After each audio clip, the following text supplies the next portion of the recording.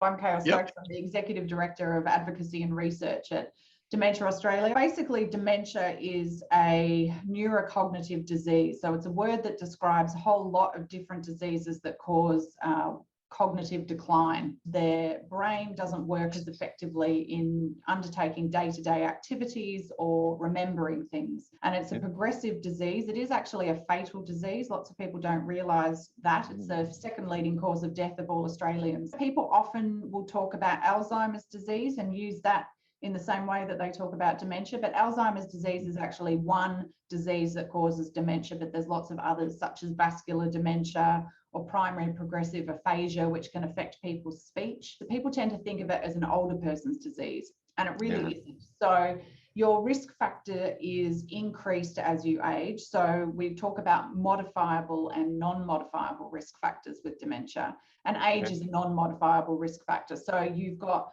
an increased risk of developing dementia over the age of 65, but it is not a natural part of aging. And in fact, you can actually develop dementia in your 30s or 40s or 50s in what we call younger onset dementia. More and more people living with dementia now. So there's about 472,000 people living with dementia in Australia at the current time. And part of that is because we are living longer as a nation. From an organisation standpoint, where does the Dementia Australia fit in? So Dementia Australia is the peak advocacy organisation for dementia in Australia. We provide systemic advocacy to government to influence policy and program change that will better support people living with dementia and their families and carers. And we also have a service delivery arm. So we run the National Dementia Helpline, a number that anybody can call on 1800 100 500. You can ring the National Dementia Helpline for advice or information. You might want a little bit of information about what dementia is and how it impacts you. We also offer a range of support services to people living with dementia and families and carers,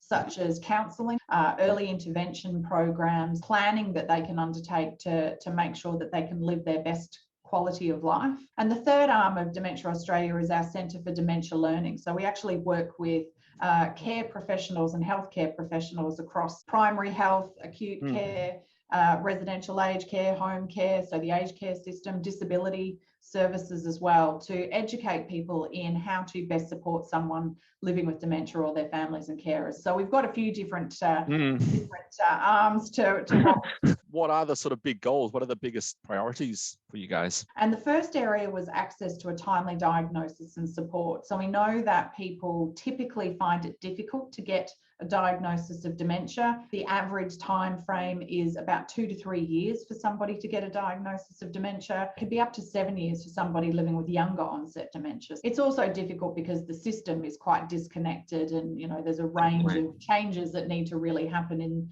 in diagnostics, in talking to GPs, in connecting services that will make that process more smooth. The second was around quality of care, so quality dementia care, to determine what exactly quality looks and feels like. And we developed a communique that was really just kind of expressing the words and experiences of people with the lived experience of dementia, and presented that to government.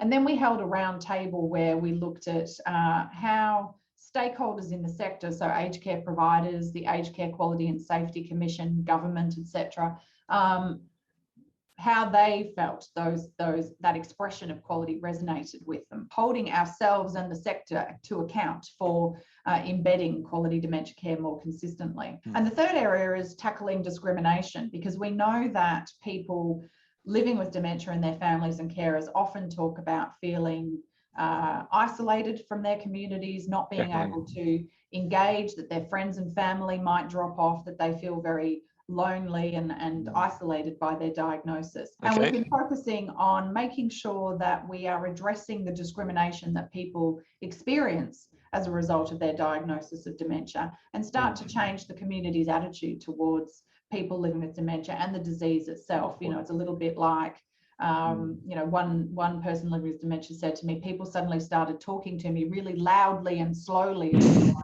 deaf and I'm not, and focusing on people's abilities rather than their disabilities. How has the Royal Commission on Aged Care impacted your cause? Well, it's actually given us a little bit of extra momentum. What it has done, though, is given us another lens to go to government with, to be talking about the issues and the areas that are important to people living with dementia. And we actually went to the federal government as a result of some of the findings that came out of the Royal Commission with our roadmap to quality dementia care, which was that we really needed to see clearer dementia pathways. So a pathway for somebody from diagnosis through to receiving services that was a bit more consistent and clear for people with dementia, because it's very difficult for them to navigate the system, for them to move between the disability system, the aged care system, the carers gateway. We also focus particularly on transforming the capacity of the workforce, because what was very clear out of our work with people with a lived experience of dementia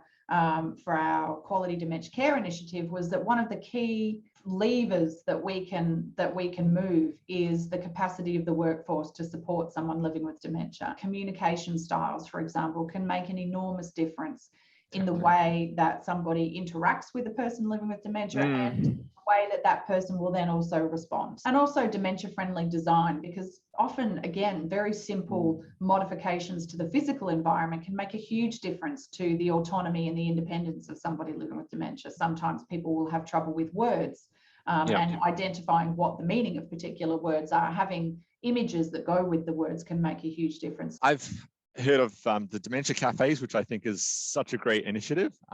What other initiatives or programs are out there that you can share? Well, look, there are a lot, and people often find that, if they get a diagnosis of dementia, they're told to sort of, basically go and get their affairs in order, and there's not really much that can be done. When actually there's an enormous number of programs and services and supports out there that can help people not only to process their diagnosis, but also to remain connected with the community and to remain connected with their families, to continually sort of improve their communication styles and build their relationships after a diagnosis. So there's a whole range of different things, and certainly Dementia Australia offers a range of supports and services, and I'd encourage anyone to contact our National Dementia Helpline for more information on 1-800 500. But we have a range of different initiatives, including things like dementia-friendly communities. So we have a program which is really about changing awareness of dementia at the community level. People can become a dementia friend, which is a fairly simple act that you can take to consciously make a decision that you want to know more about dementia, and you can enroll to become a dementia friend and watch some videos or modules that give people a better experience as to what it feels like to live with dementia and what difference an inclusive community can make. Organisations can become dementia-friendly organisations by, committing to undertaking a range of activities or actions that will make them more dementia inclusive, and communities can actually band together to become dementia-friendly communities and run their own initiatives. For people who want to get a more experiential taste of what it's like to have dementia and the impact that small changes can make, we have a range of education programs which are based on immersive education experiences. So we have EDI, which is a virtual reality program where you put virtual reality goggles on and you can actually see and experience something from the perspective of somebody living with dementia and understand how their cognitive changes impact the way that they're able to move around in a particular environment. And it's incredibly powerful and a really amazing way of kind of, starting to understand how dementia can impact someone. And we've certainly found that our immersive education experiences really shift the way that people tend to, they kind of have that, oh, okay, I get it now. Because my dad had it with the noise.